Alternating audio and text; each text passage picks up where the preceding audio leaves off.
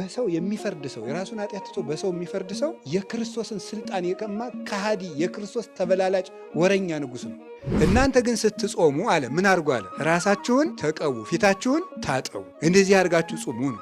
ንጉሱን ተከትሎ መዝመት ማለት እኮ ነው። ዘመቻችን አጋንንትን ለመዋጋት ነው። የምንከተለው ንጉሥ ደግሞ በረሃብ ብንከተለው ጦም የሚያሳድር አይደለም። ራሱን የሕይወት እንጀራ አድርጎ የሚመግብ ነው። ከክርስቶስ ጋር የጾመ የሚመገበው ክርስቶስን ከክርስቶስ ጋር የጾመ ለምንድነው አብይ ጾም ታላቅ ጾም የተባለው የሚለው? እንግዲህ አብይ ማለት ታላቅ ማለት ነው። ጾም ነው፣ ሰታ ነው። ጾም ማለት ይሄ ነው ብለናል።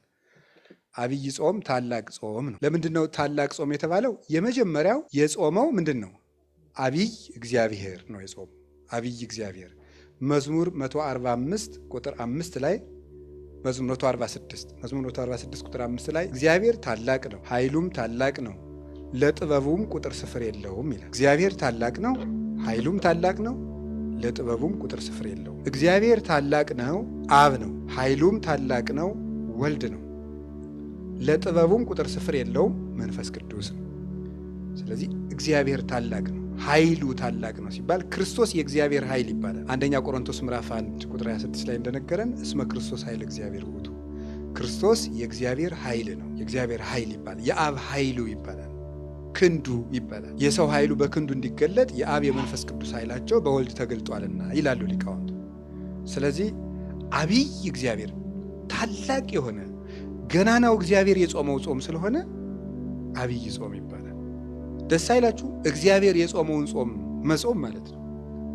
ንጉሱን ተከትሎ መዝመት ማለት እኮ ነው። ዘመቻችን አጋንንትን ለመዋጋት ነው። የምንከተለው ንጉሥ ደግሞ በረሃብ ብንከተለው ጦም የሚያሳድር አይደለም። ራሱን የሕይወት እንጀራ አድርጎ የሚመግብ ነው። ከክርስቶስ ጋር የጾመ የሚመገበው ክርስቶስን ከክርስቶስ ጋር የጾመ ሰው። ስለዚህ ገናና ጾም የሚያሰኘው የምንጠግብበት ነው። የምንጠግበው ክርስቶስን ነው። ከንጉሥ ጋር የተራበ ንጉሱ በነገሰ ጊዜ የንጉሥ ማዕድ ይሳተፍ። ከክርስቶስ ጋር የተራበ ሰው ክርስቶስን መመገብ ይችላል። ይሄ ጾም የምንራበው ከክርስቶስ ጋር። ጾመ ነቢያትን ስንጾም ነቢያትን የእናንተ ረሃብ ረሃባችን ነው ማለታችን። እናንተ ጽድቅ ፍለጋ ነው የተራባችሁ፣ እንሳተፋችኋለን። አባቶች ሐዋርያትን ስንጾም የእናንተ ረሃብ ረሃባችን፣ እናንተ ተርባችሁ ያገኘታችሁን ጸጋ እግዚአብሔር ይስጠን። አብይ ጾም ስንጾም ግን እግዚአብሔር ሰው ሆኖ የተራበው ረሃብ ረሃባችን ነው ለማለት፣ ያንተ ረሃብ ረሃባችን ነው ማለታችን ነው። ይህን የምንሳተፍ የክርስቶስን ረሃብ።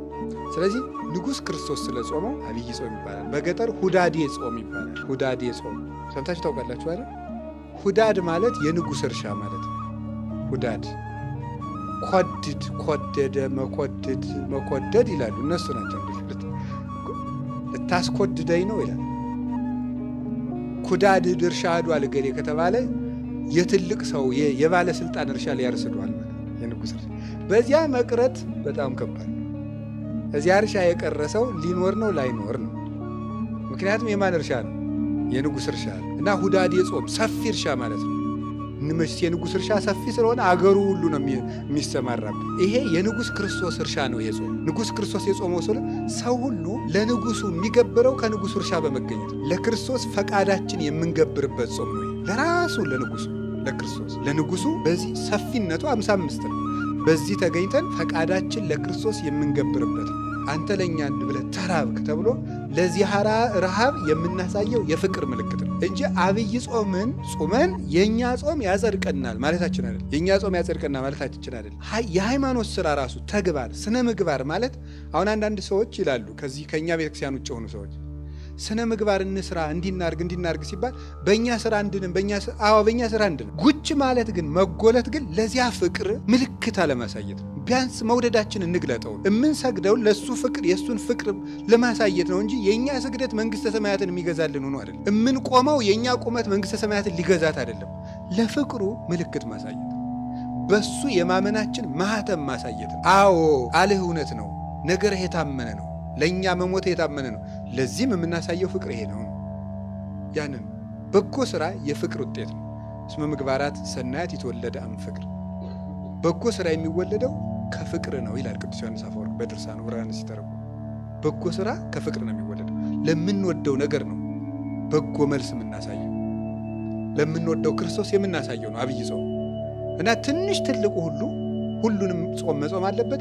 ይሄንን ደግሞ በተለይ የእግዚአብሔር ረሃብ ድንቅ ነው። ሆነ የሀብታም ልጅ ቢርበው እንኳን እንደው ያሳዝናል። እንደው ሁሉ እያለው እንላለን። እግዚአብሔር የተራበው ረሃብ ነው ይሄ ጾም። ሁሉ እያለው ለሁሉ መስጠት እያበላ የተራቡትን አብልቷቸዋል። ለተጠሙት ውሃ አይደለም ወይንን ያጠጣቸው፣ በኋላ ሲብስ ደሙን ያጠጣ። እሱ ሲራብ የማይደንቀው ሰው ምን አይነት ጭንቅላት ያለው ሰው! ያንን ይዘን ነው የምንጾመው።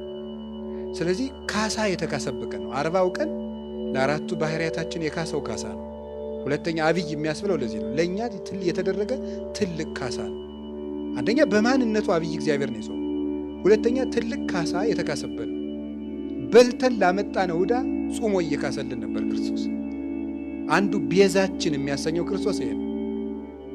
እየበላን ነበር ሞት ያመጣን፣ እሱ ጾሞ ካሳ ካሰልን እና ትልቅ ዋጋ ነው የተከፈለልን።